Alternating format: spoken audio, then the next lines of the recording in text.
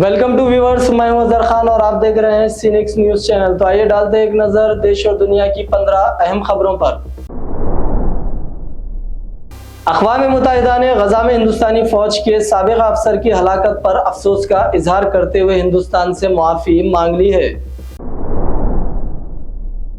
Israel की गजा में 7 माह से ज्यादा लंबी हुई जंग के दौरान फिलिस्तीनी कैदियों के साथ बदतरीन इसराइली सलूक की खबरों पर पहली बार तशवीश का इजहार किया जा रहा है। सऊदी वजीर खारजा शहजादा फैसल बिन फरहान अरब लीग कॉन्फ्रेंस से कबल वज़राए खारजा की सतह पर मुनक़िद होने वाले मुशावरती इजलास में शिरकत के लिए बहरीन पहुंच चुके हैं। अमेरिका की कौमी सलामती के मशीर जैक सिल्वान ने पीर को कहा है कि बाइडेन इंतजामिया हमास के साथ जंग में इसराइली फोर्सेस की कार्रवाइयों के दौरान गजा में फलस्तीनियों की हलाकतों को खतले आम के तौर पर नहीं देखते। सिल्वान ने व्हाइट हाउस में नामा निगारों से बातचीत करते हुए कहा,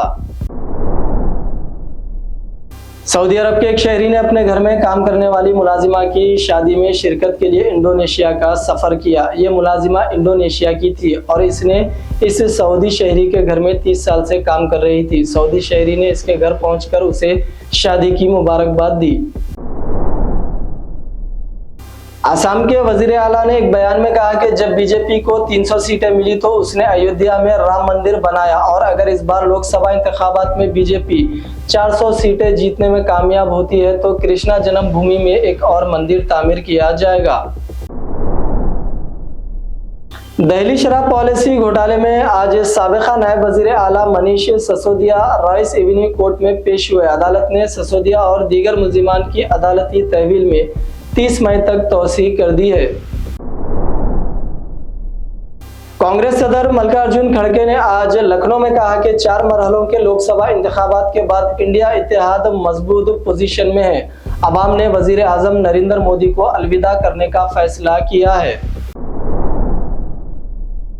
लोकसभा इंतखाबात के 5वें मरहले की इंतखाबी मुहिम में बीजेपी और कांग्रेस समेत सियासी जमातों ने पूरी ताकत झोंक दी है। बूथ को वजीर आजम नरेंद्र मोदी, बीजेपी लीडर और अमित शाह पार्टी उम्मीदवारों की तशहीर के लिए मुख्तलिफ रियासतों में जा रहे हैं। एसपी सरबराह अखिलेश यादव ने झांसी में बीजेपी को हदफ तनकीद बनाते हुए कहा कि इस बार 140 करोड़ अवाम बीजेपी को 140 सीटों के लिए तरसा देंगी।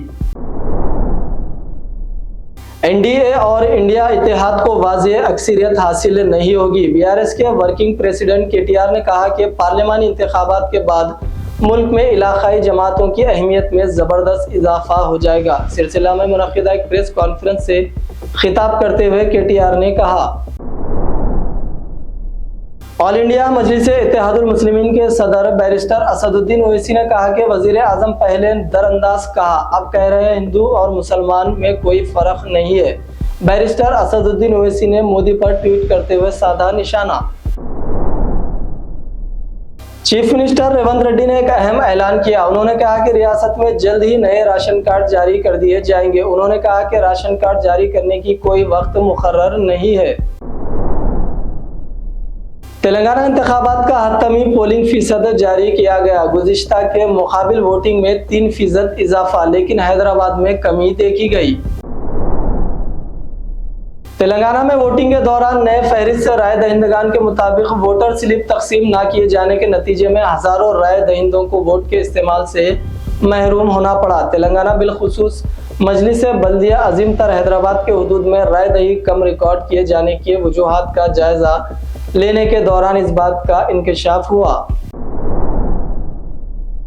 तो नाज़रीन इकराम, ये थी सीनेक्स न्यूज चैनल की देश और दुनिया की 15 अहम खबरें। दीजिए आपके दोस्त अजहर खान को इजाजत। अल्लाह हाफिज। Thanks for watching video. Don't forget to like, comment, share and subscribe.